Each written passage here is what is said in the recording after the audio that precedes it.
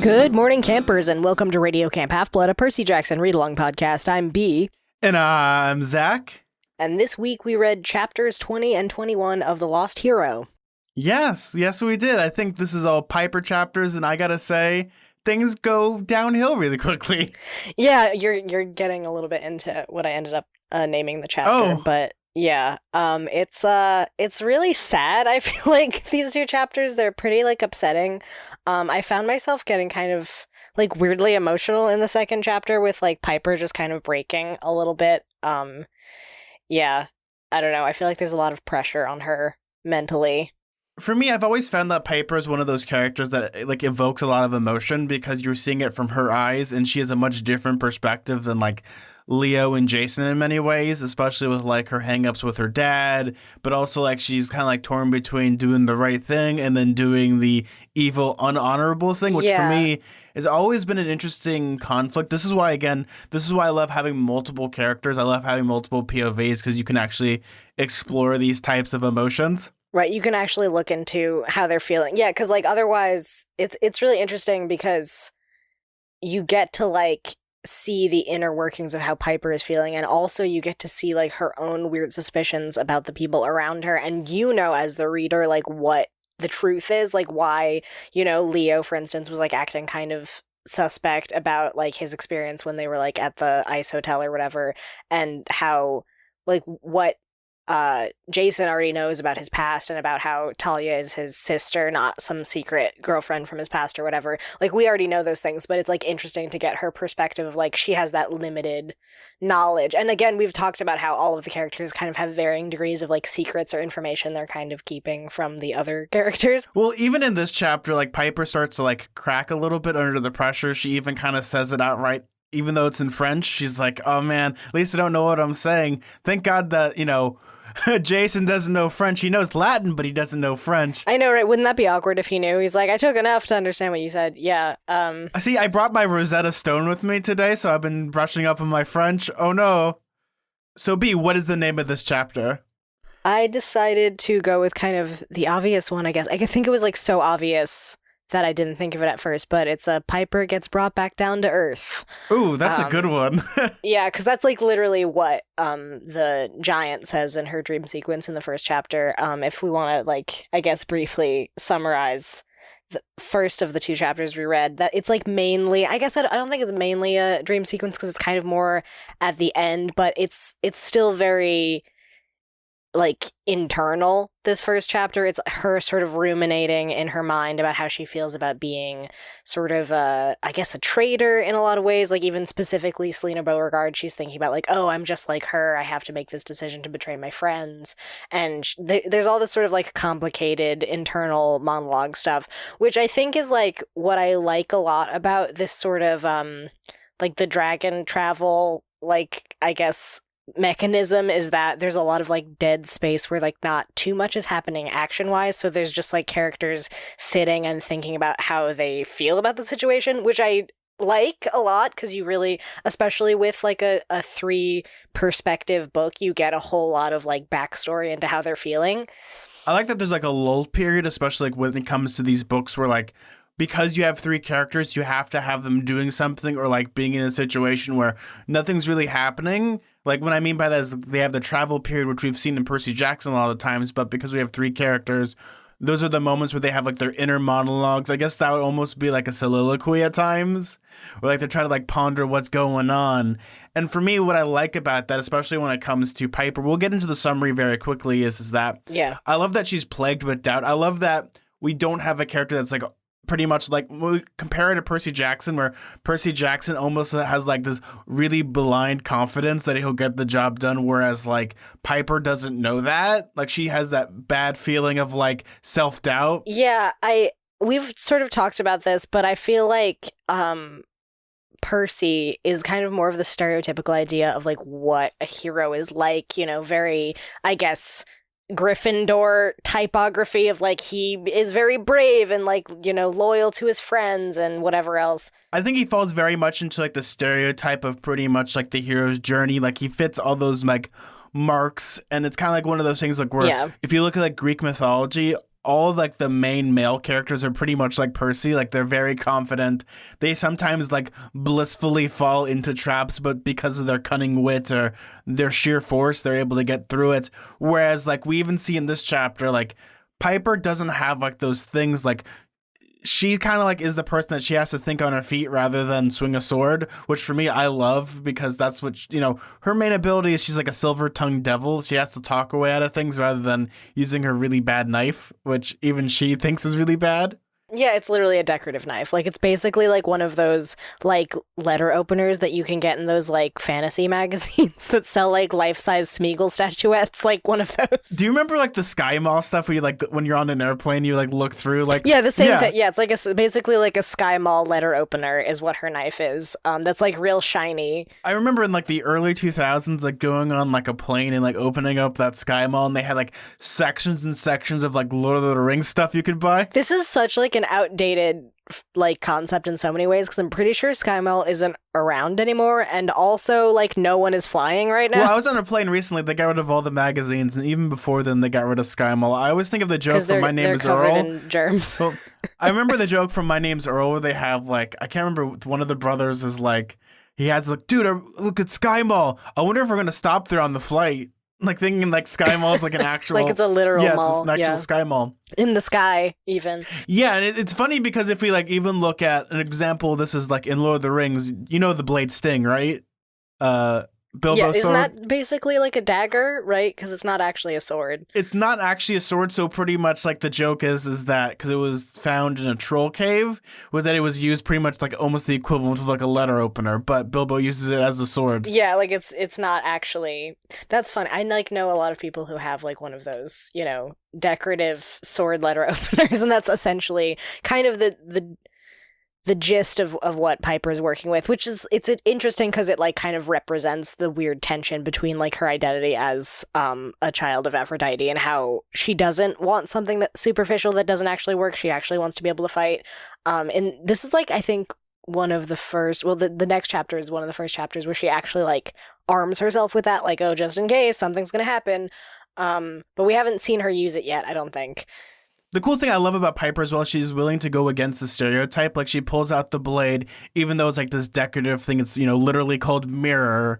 But yet she's really ready to aim. Yeah, it's like never even been used, right? From what we understand historically, it was just like a sort of ceremonial object. Yeah, it's like an officer's weapon, pretty much. It's just there to be like pretty and stuff, much like a lot of officer weapons, doesn't matter where in history, are supposed to be very ceremonial or like a good example of this is like in the Civil War, people still had like officer sabers and stuff, even though you're shooting guns, for some reason you still have a sword. I guess you could still use it at CQC, but people have like bayonets that could stab you real well. So there's things like that you would use. Yeah, so I think we're getting to the point where maybe we should do a brief synopsis of at least the first chapter.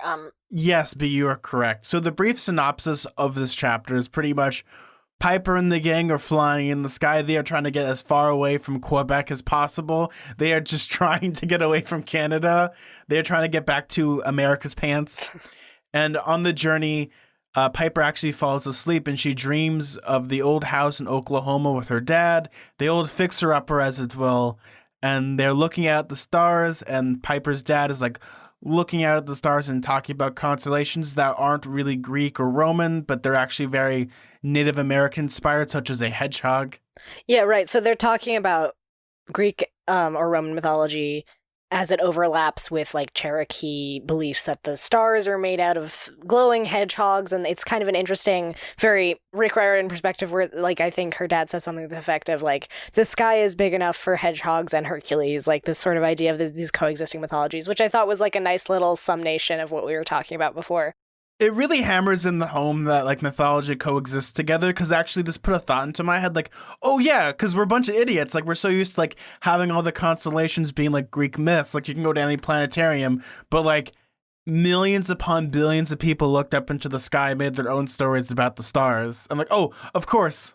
Though I think it's funny because it's sort of like this.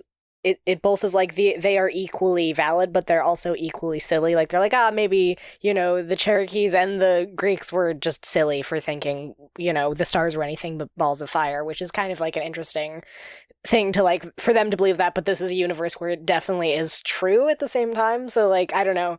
The other funny thing is, like, remember, like, Percy and the gang actually drove the sun in the little awesome short bus of awesomeness? Yeah, so we know that it's not just a ball fire, Yeah. at least in this universe. So that's interesting, because then you're like, oh, is it also literally magic hedgehogs? Like, what's real?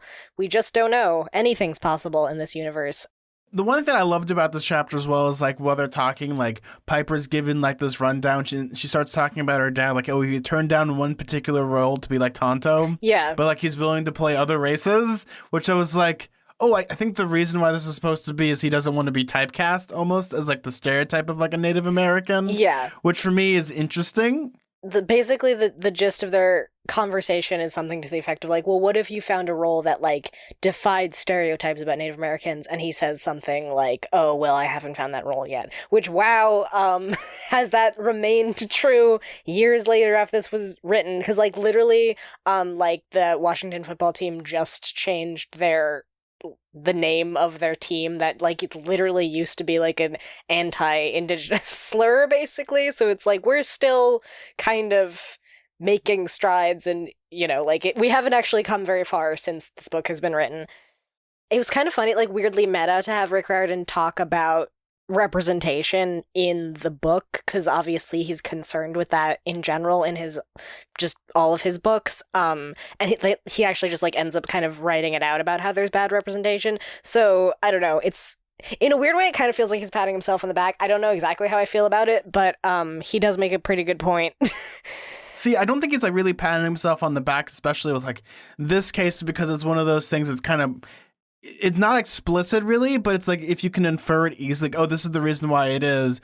But at the same time, he's kind of talking most about like, I feel like if we look at like movies depicting Native Americans, like a good example of this is Dances with Wolves with Kevin Costner. Like you have like those moments of like, I don't want to use like the white savior, but you have like those moments, you know, you could use Avatar, you can use pretty much everything, but you have like Pocahontas, which is essentially the same story as Avatar. Yeah, no, they're all the exact same story, but you have like those perceptions. But like he is like talking about like, oh yeah, there's not really a good role for this because like the role that he turned down was Tonto, which is like a kind of a cartoonish it's a version cartoonish of depiction. Which didn't Johnny Depp play Tonto in like a recent he did Lone in Ranger? the, I mean by Helen recent I Bonham mean in Carter. the last 10 years or whatever, and he's not native either, so it's like it's pretty obvious that that's known to be a very stereotypical bad role for a Native person. The only role that I can think of that actually has like a really good depiction of a Native American is actually in the remake of The Magnificent Seven, where they actually got a Native American person to be the Native American. It's very rare. Yeah, it's pretty rare. So it's kind of really depressing in a way to like read this scene, because you're like, wow, we have like literally not come far at all since this was written. Like this, I mean, historically, I feel like especially Native Americans, like in like early cinema had like really bad representation, like just like the early cowboy movies and like just horrible, like, you know, basically white people doing brownface, or just really like sort of one-dimensional kind of like noble savage stories, like just a lot of like horrible representation just throughout cinematic history. So it is really interesting that her dad is an actor, because he's like sort of entrenched in this industry that like never really respected who he was. I think also the really big point about this, we'll move on very quickly after this, but it's like the roles that he was picking up are not, they're roles for other people. Like he plays like, I think they even say he plays like a terrorist or whatever, which is like also offensive, which is kind of interesting, because like he will play a racial stereotype for like another race, which like that is also kind of a problem. Like the fact that he's playing like a Syrian terrorist or like, you know, a dashing Israeli spy, like there's just like something like weird and stereotypical about that too. Well, it reminds me of like there's two movies that I love with this weird creepy guy that he always plays Holocaust victims. It was the Monster Squad, and then he also played the exact same character in V, but he's not Jewish, he's very Italian. Yeah, there's a few people like that who like make their whole career playing a race that they aren't, which is really kind of horrible and fascinating to me. Like that, you know, like the guy famously who was in that sort of public service announcement with like the Native American. Oh, the crying Native American he's man? like Italian, and he's like just an Italian American guy, and he like all he does is play Native American people. Like that's like his whole career if you were to like look on his IMDb. And like he says that he like respects the culture and whatever else, but it just seems like super skeevy and bizarre that that's like his whole entire career is like playing a culture that he isn't. So yeah, I thought this conversation was really interesting and like weirdly, I guess, endlessly relevant. Like it remains to be very true about Hollywood. And then this sort of like reflects back to on like how Piper's dad like relates to his native identity and how he also says that it's like too close to home, and this all happens while they're like near the cabin where Grandpa Tom lived, and him trying to like decide whether or not he's going to sell it and like sort of cut ties with his past. And there's obviously some like complicated feelings about like him having to play people that he isn't because he wants to like, I guess, forget a little bit about his like backstory. It's very complicated as far as his identity goes. Yeah, no, it's like very symbolic. It's like if he sells the house, he's like almost like turning his back on his own culture almost, where it's like he's like giving into more of the Hollywood like stereotype almost, or like rags to riches story rather than like, you know, I should be here, I should be here with Piper. And you know, this is just my life, and it's right. An interesting. And Rick Riordan makes a point too to say that he's like dressed in a certain way, where he like looks like sort of like an everyman. He doesn't look like an action hero like he is in real life. Like he's just dressed in jeans and a t-shirt. He looks like any other native guy who'd be living in the town where he grew up, and it's kind of like an interesting like tension between like where he comes from and where he is now, and how he has to like sort of deny certain parts of himself to like live this Hollywood lifestyle. It's a really interesting scene. It's also a great parallel between like demigods and movie stars, I guess. Like they both have to like live like these double lives almost.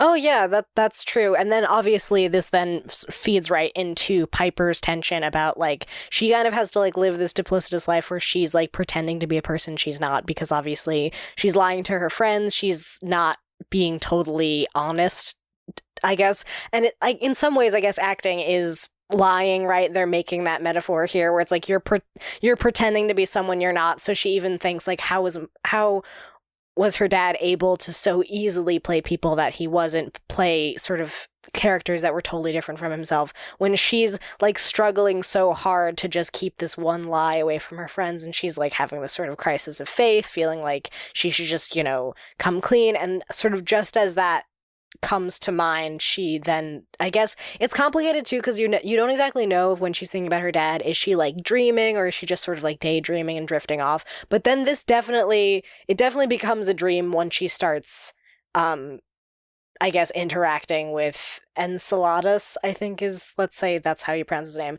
the giant. It's Enceladus. Yeah, it's the giant, not enchiladas or chalupas or whatever. Man, they all sound like enchiladas. Why? Yeah, no, there's I'm still waiting for Crunchwrap Supreme to show up and like kick butt. But what I like about, you know, kind of like when it comes to this whole dream is that, you know, Piper's trying to put up a fight, but at the same time Enceladus is like almost like laughing. It's like, well, you know, you're doing a really bad job about this. You should either, here are your two options. You can bring them pretty much to the West Coast and I'll kill them myself. Or better yet, this is better. You get them killed before they even get here, and then you can come get your dad and, you know, live happily ever after. Even though it's like a bold-faced lie, because it is what it is. But also that her dad's putting up a fight as well. No, yeah, I mean, like, why would you ever make a deal with a monster? Like, he clearly isn't telling the truth. Like, I trust him as far as I could throw him. See, it's like the weird thing where like people put faith into monsters in the sense it's like, oh, I'm gonna believe everything you say. It's gonna be all great. Would this face lie to you? As you see like their broken teeth and like, yeah, like no way is he telling the truth. Yeah, there's no way. And then this is kind of where where the kind of pun comes in, I guess, with the chapter Ty shows, where he says, you need to be brought back down to earth, because in some ways, he's saying Piper is, like, too overconfident in believing that she's able to save both her friends and her dad. She has to make a choice. She's, like, too high and mighty in believing that she can do that. And then he's like, oh, you need to be brought back down to earth, which is also, like, this weird metaphor, because he's saying something about how the earth was able to, like, sort of reform after he was, like, destroyed for the first time. I love how they describe it, B. It's like, yeah, they had to throw an actual mountain at me, and like I was unconscious for many eons, and I was like, yeah, it says, then they hurled a mountain on top of me, crushed me into the ground where I struggled for eons. half conscious in pain. That taught me patience, girl. It taught me not to act rashly. Now I've clawed my way back with the help of the waking earth. I am only the first. My brethren will follow. We will not be denied our vengeance, not this time. And you, Piper McLean, need a lesson in humility. I'll show you how easily your rebellious spirit can be brought to earth. Well, I like that we have this theme now of like humility because we're not used to this theme of like humility, especially in Percy Jackson, where everything they do is supposed to be super awesome and no one's supposed to be humble about it.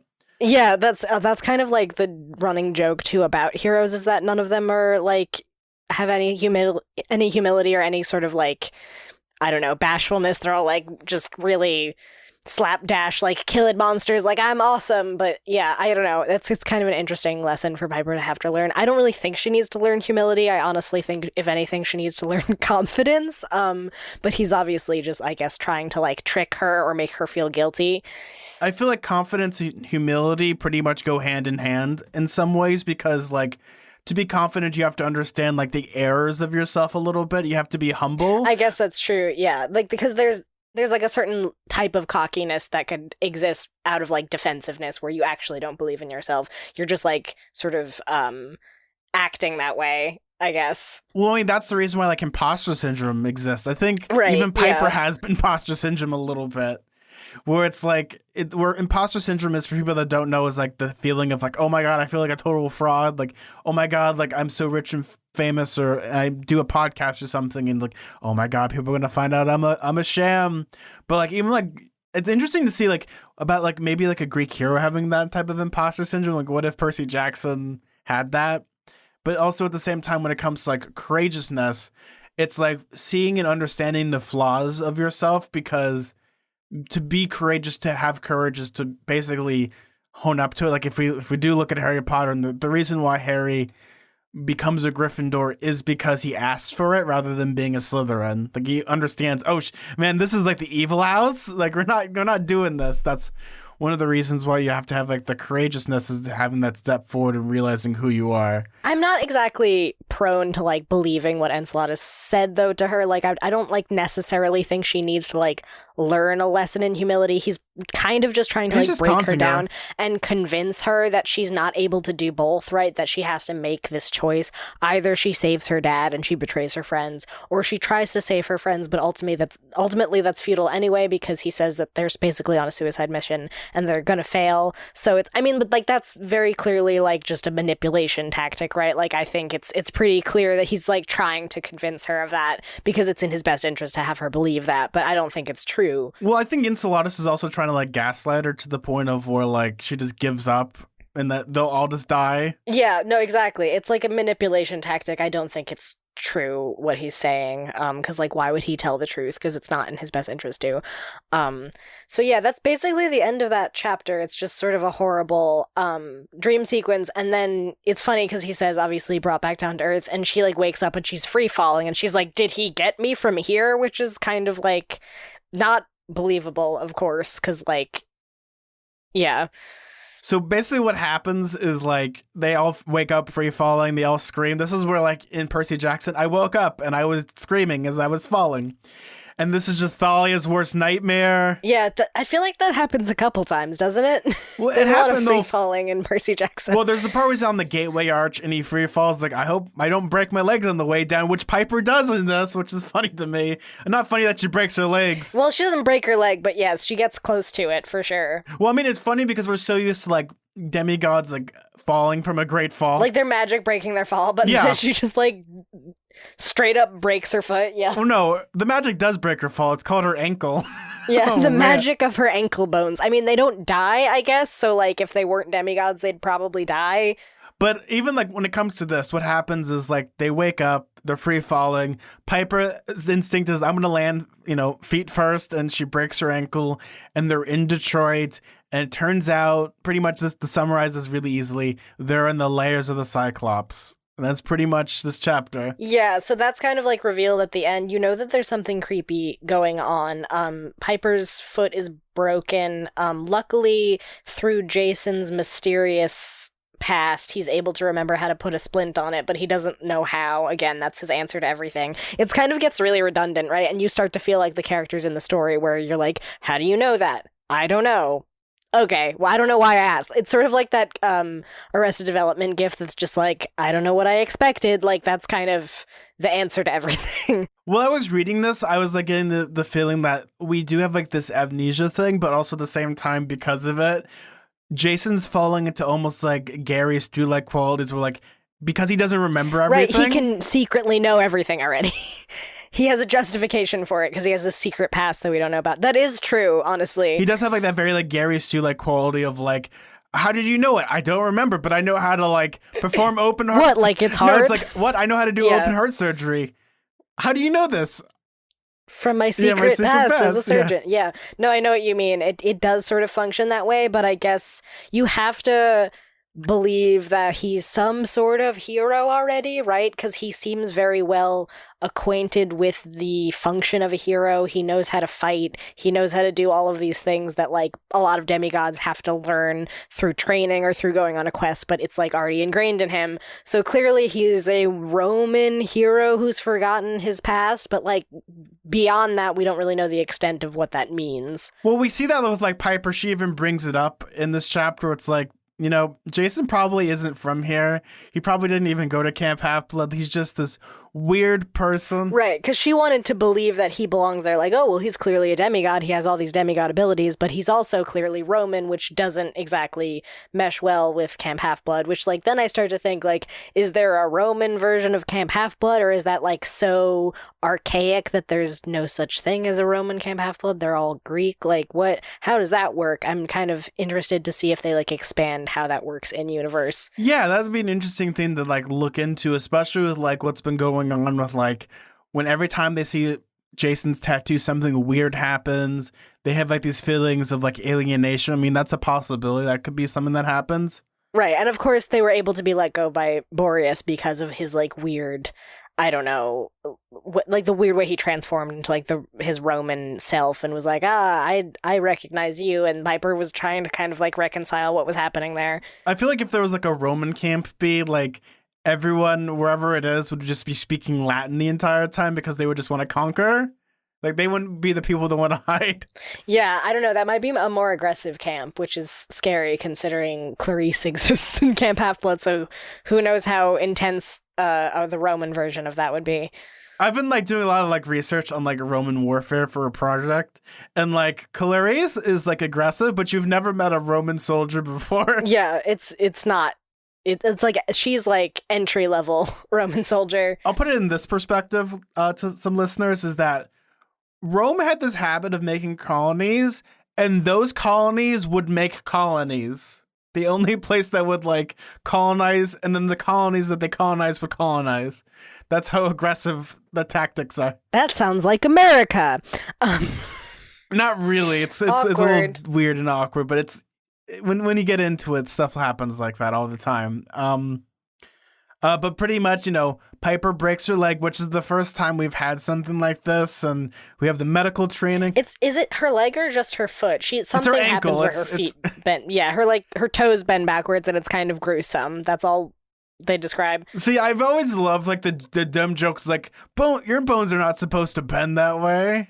Yeah, and she just kind of looks away. Luckily, you know, Jason has his super secret first aid powers from his past. I thought he meant like his super secret Ziploc bag of lemon squares. Oh yeah, well, ambrosia too, which is sort of another careful balance of like, okay, so we have ambrosia, which is like sort of like a cure-all in that it can fix a lot of things. But remember, if you take too much as a demigod, you could die. So like, it's a real, you know, the dose makes the poison. See, I'm surprised we've never gotten that experience yet in like Percy Jackson where someone has it. Yes, no one has burst into flames because of ambrosia, but like Piper gets close in this chapter, actually. It's just something they keep bringing up and bringing up and bringing up, but we've never seen it happen. Like, it almost seems like, not that it's a lie, but it's just funny that they keep talking about how dangerous this is, but yet we don't see, like, someone blow up. Oh, so yeah, we didn't even mention the reason they follow this guy is because, surprise, surprise, the janky, like, falling apart robotic dragon that they were flying on fell out of the sky because he, like, I don't know, had some sort of malfunction, of course, because he was, like, he was full of, like, sparks and malfunctionings, like, before they even lifted off from Camp Half-Blood, so I'm kind of surprised that they made it this far.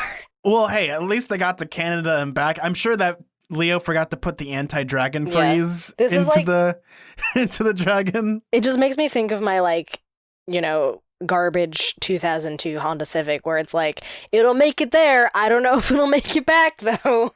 We'll see. The weird thing is like as we're talking about this, I had the thought of like, it's very much like in the symbol of like in Avatar: Last Airbender, with like Appa and stuff, where you have like these flying creatures that end up inevitably falling out of the sky and either getting captured or destroyed in many ways. Well, then it's like too easy, right? Because now so much of like the Percy Jackson books, I feel like, were them figuring out how to like get from point A to point B, right? It's like in this case, oh, they're the safest in the sky. Well, in Percy Jackson, they were safest on the ground because of like the whole Zeus thing. So like there's different like, I guess, obstacles they have to face in terms of like transportation. You can't just like snap your fingers and get someplace. And then I even talked about how it was kind of funny that like you go from like the length of America seems so big in The Lightning Thief, and then you get to Battle of the Labyrinth, and the Labyrinth is like this sort of like magic portal where you could pop in, and then 20 minutes later you're on the other side of America. So it just like kind of really depends on the circumstances. But in this case, you're like, if I feel like if we had Festus the whole time, it would be a little too easy to, you know, like sort of pop all over the place on the back of your dragon. Like, of course, we have to like complicate things a little. Yeah, no, totally. Like when it comes to it, like especially like if we look at Percy Jackson, that is the quintessential road trip. Like The Lightning Thief is a beat for beat road trip story. Whereas like here, it's like flying is cool, but at the same time, like it makes the journey too easy, especially with like the 3-day limit. They have to be like dethroned from Festus because they have to go on the ground because again, it's almost like I know I've talked about this before, and like in Lord of the Rings, one of the reasons why I love it is like the sense of like the walking drama, I call it, or like the walking simulator. Right, yeah, I saw that Twitter thread that's been going around recently about how it's like the whole point is that it takes them a long time to get there. It's like the just trudging forward, and I guess that's like a lot of heroes' journey stories, or like I guess even just like travel stories where you get from point A to point B. If you are using the same mode of transportation the whole time, I feel like that's, I don't know, a little too easy, like I said. Well, no, it's like what is it? You'll probably be able to remember this better than I do, but it's like, you know, it's like the road most traveled and the road less frequently traveled at times. Like you're supposed to take. Oh, don't get me started on the actual meaning of that poem, because people totally like misconstrue it all the time, because it's not actually. Never mind. Like if you want to hear me rant about Robert Frost, that's a Twitter thread for a different moment. But But you know what I'm saying? Like when it comes to it, yeah, like for like the popular cultural understanding of that poem is that I guess I took the road less traveled and that made all the difference or whatever. And I guess that's true. That's also like, you know, the journey beating the destination, which we've talked about. Like the whole point is like the actual traveling is important as opposed to like the, you know, end goal. Both are important, I guess, in this story. But yeah, it was kind of only a matter of time before Festus fell out of the sky. I mean, the dude was like practically on fire before they even left. the only thing that was keeping it together was duct tape and breath mints at that point. Yeah, and a wing and a prayer, you know, it really. Whoa, we're halfway there. Yeah, actually, they're more than halfway there, because according to was it Jason or Leo who pointed out that they're about 3/4 of the way to Chicago, which makes sense because they're in Detroit. I am proud of myself for guessing that they were in Detroit, actually, because it's pretty obvious they fall into an abandoned like sort of car manufacturing warehouse or whatever, because like everything in Detroit, like the whole auto industry had fallen apart at that point. Great. Now when Leo finds Festus, it's going to be on like cinder blocks. It's going to be completely stripped off. Like I have a friend that's from Detroit, and he talks about how like people steal the weirdest things. Like there was this one factory, he told me, like they put barbed wire on a new fence. They came back the next day and the barbed wire was stolen. And the barbed wire was gone. Oh, I'm like, geez. what? Yeah, no, I have not heard glowing reviews of how life is in Detroit. And even, I think even Piper says something like, oh, what a depressing place to fall. Like, hey, no hate to Detroit, but like literally I had an anthropology teacher who went to South Sudan with people like riding horseback with machine guns. And he said that Detroit was way scarier. So just saying that. If we have any listeners from Detroit, we appreciate you. We love you. We love No that you're hate. in Fall. Just- No hate, but we love I that you're in think they Fallout know. Simulator at times. I think they know. They're like, listening to this podcast, even the audio from this was stolen. You can't have nothing in Detroit. Oh my god. Okay, listen, I don't want to roast the place, but like let's be honest, especially like when this takes place, because I think it's like very shortly after like the sort of auto industry collapse that happened in the early 2000s. So yes, it's kind of a economically depressed, kind of upsetting place to be. And what better place to have your urban fantasy have some sort of like creepy Cyclops living than in this like abandoned auto factory or whatever. Yeah, and also especially when it comes to the sting of this episode, we get the horror moment of what happened with Annabeth, with like the creature like mimicking Jason, and we get that moment too. Yeah, so it happens again. I for a split second I believed it too, but I was like, no, this is like too spooky. And obviously Piper has this like weird sixth sense, like, no, there's something wrong. That can't be Jason. Like, I don't think she like consciously like doesn't believe that it's him, but is like it's him, but like there's still something off. And just as she sort of realizes that, then of course it is a spooky Cyclops mimicking his voice, which we had the foreshadowing of. I don't even know if it counts as foreshadowing. The hint that the symbol for this mug auto plant is just a single red eye looking at you. Yeah, and also especially like throughout this chapter, there are a lot of clues, especially if we were to infer from, seeing monsters with Tyson, like it makes sense that they'd be in an auto factory because remember, like Cyclopses work in the forges, they're very technically inclined. Right, exactly. And also when it comes to like Detroit, it's also like very, very industrial in that way with smelting and things like that. Even though it isn't Pittsburgh, it's still supposed to be a very industrial city. Actually, fun fact that I learned about the Windy City Bee is actually that is the place that actually has the most travel to. That is where every point of transportation will eventually meet. So it's like on the way, is I guess, yeah, it's like a center of industry because it's sort of like a hub is Chicago, and then on the way there is Detroit, which is where they manufacture a bunch of cars. Like the Windy City in Chicago is actually because all the railroads were built there.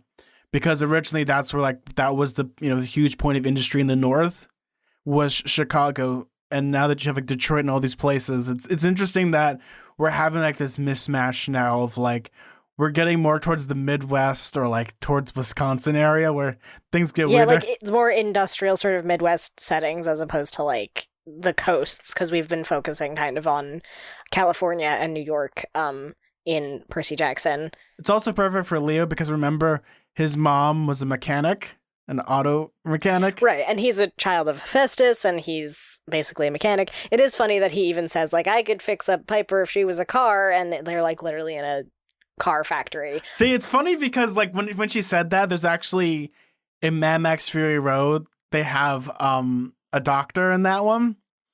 And B, what is his name? What would be, like, the most fitting name for a doctor in the post-apocalypse in Mad Max Fury Road?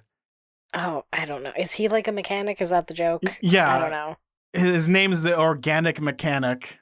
Oh, God. Okay. So, yeah, basically the same idea. But, he can only fix up mechanical dragons and not people. So, luckily, we have Jason to wrap up her foot. And actually, it's pretty much healed because Piper's left alone as Jason and Leo go off to figure out where they are, and they sort of go and explore. And in this moment, Piper starts to get a sense that there's something off, and she takes the risk of eating a whole extra square of ambrosia, even though you might burn up and die if you take too much. But she, I think, just, figured out the dose because she almost feels like she's gonna set on fire, but her foot gets completely healed just in time for the spooky Cyclops to emerge with the spooky sort of mimicking of Jason's voice. And that's basically how the chapter ends. It's kind of just a lead up to them having an altercation with this Cyclops. So I imagine the next chapter is them dealing with that. Is this going to be our first fight sequence, actually? Since we started the quest? Yeah, this will be our first fight sequence, I would imagine, because... Not the first in the book, because we did have the storm spirits in the very beginning, so I guess that counts. We had the Venti, but this is different because, remember, the swords technically went through them, and Jason got lucky because he's the son of Zeus. Yeah, there's like 56 chapters in this book, and we're on chapter 22.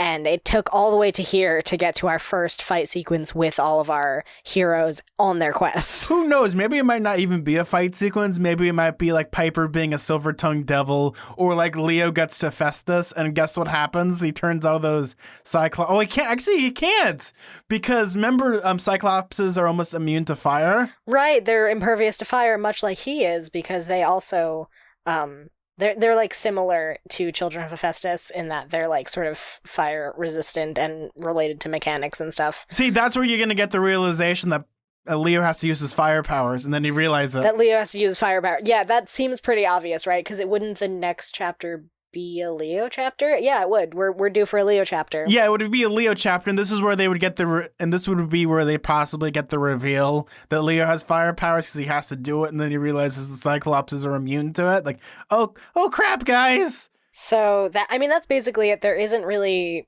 any interaction with anybody yet because we're just leading up to the fight or whatever with the Cyclopses. Or I guess it's just one Cyclops. I guess. Well, we don't know if there's more of them. Independent creatures.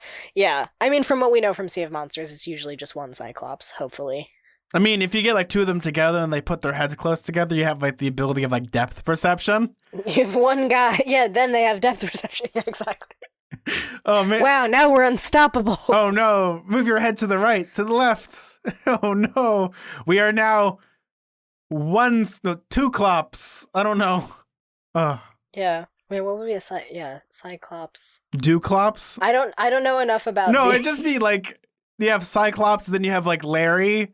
It's just there's just some funny name they give. Some guy with two eyes, and it's like you're just a person. No, I believe that I am a Cyclops. Oh, Cyclops comes from round eye, actually. Oh.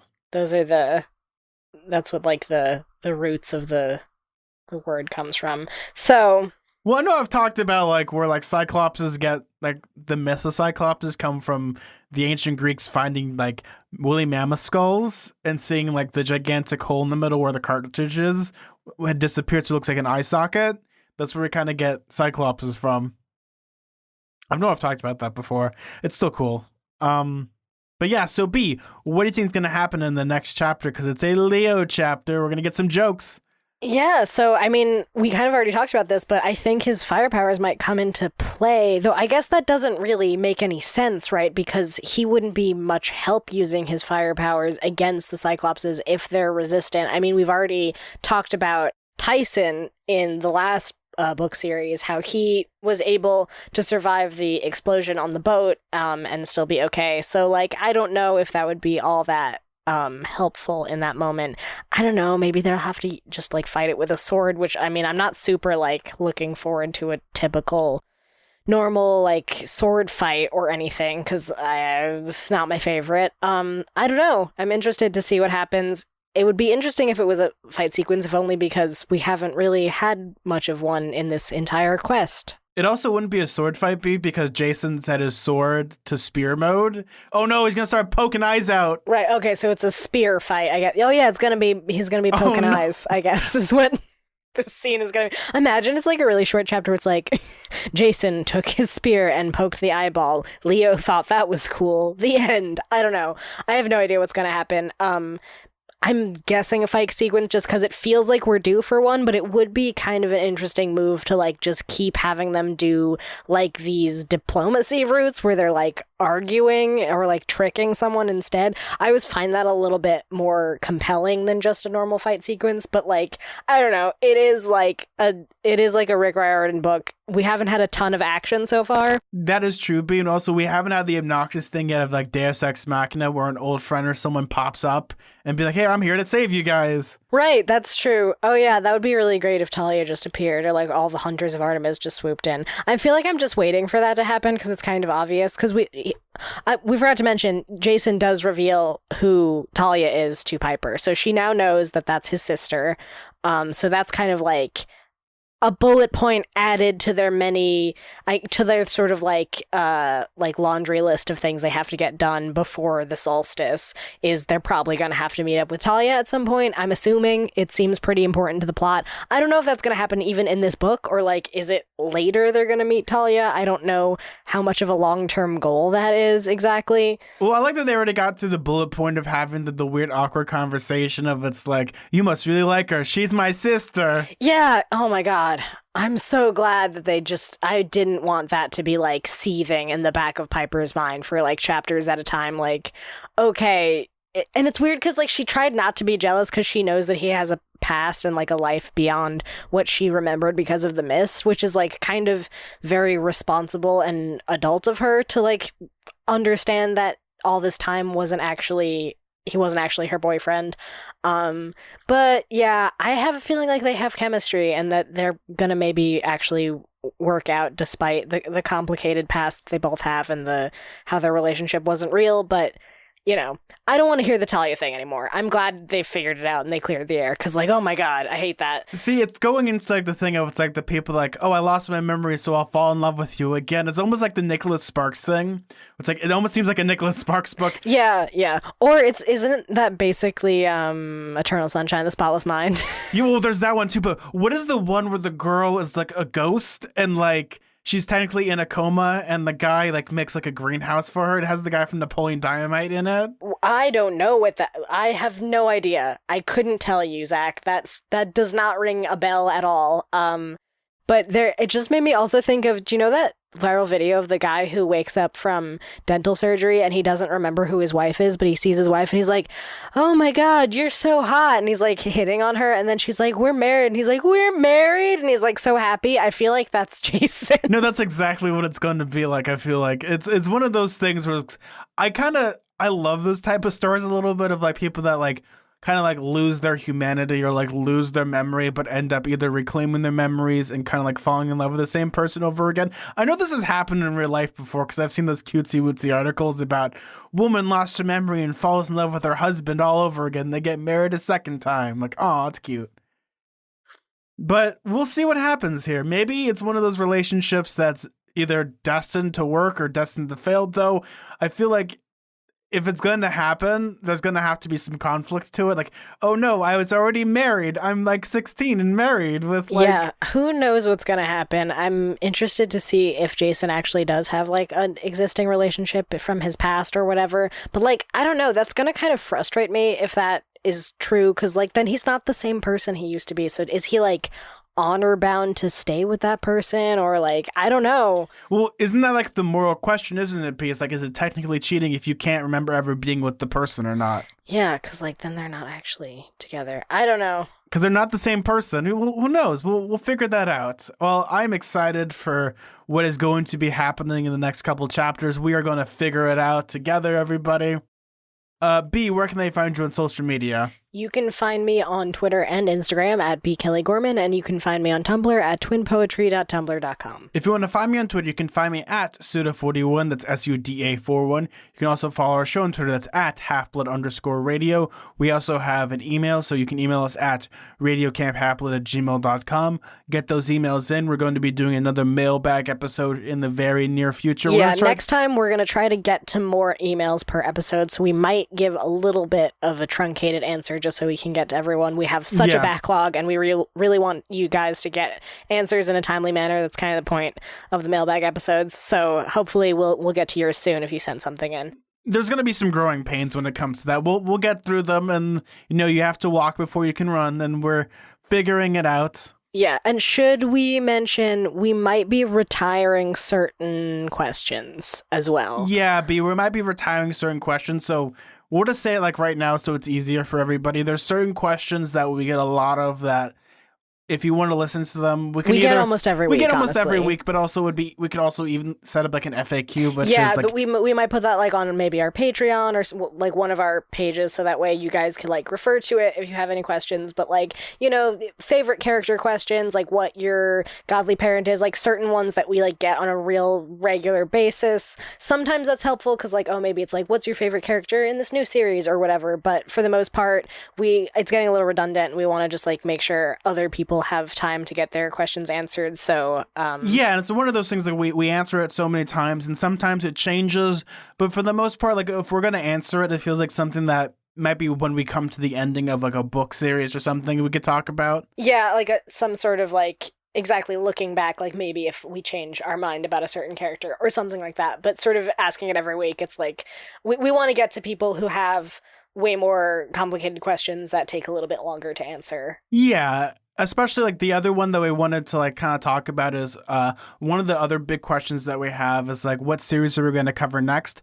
At the moment, we're going to focus on Heroes of Olympus. We will talk about that once we finish that, because it's one of those things like what order do we do it in? And I understand like people have like their favorite series, they have their favorite mythologies, but right now let us try to focus right now currently on Heroes of Olympus. Let's try to get into like that bubble a little bit because it becomes a lot more fun. Yeah, like even before we did Heroes of Olympus, we got a bunch of emails about how we should do Heroes of Olympus, which is great because it did give us like sort of an idea of like which series you wanted us to do, but like right now, we just started this first book in the series. We're not going to be done for, I mean, at least a couple years, right? Like if at the speed we're going right now. So at the speed we're going, it went from like 2 years maybe to like for this series because there's more. Actually, there's the same amount of books but more amount of pages. So, but we are doing multiple chapters a week. I haven't done the math exactly, and it's hard to say with like times off or whatever. But regardless, we're definitely not going to move on to another series for a little while. So